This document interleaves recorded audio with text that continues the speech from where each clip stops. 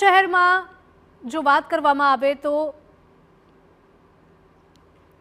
હવે વાત કરવી છે બનાસકાંઠાની વડાલીમાં પરિવારનો સામૂહિક આપઘાતનો કેસ સામે આવ્યો છે।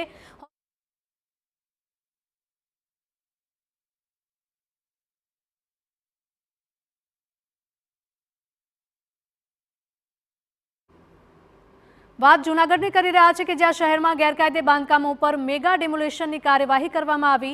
વિવિધ વિસ્તારમાં ધાર્મિક સ્થાનોના દબાણ પર તંત્ર દ્વારા તવાઈ બોલાવવામાં આવી। અનેક દરગાહ સહિત ધાર્મિક સ્થાનો પર બુલડોઝર ફરી વળ્યું હતું। એસટી બસ, એમ્બ્યુલન્સ સહિતના વાહનો ડાયવર્ટ કરવામાં આવ્યા। પોલીસ બંદોબસ્ત વચ્ચે ડિમોલિશનની કામગીરી હાથ ધરાઈ।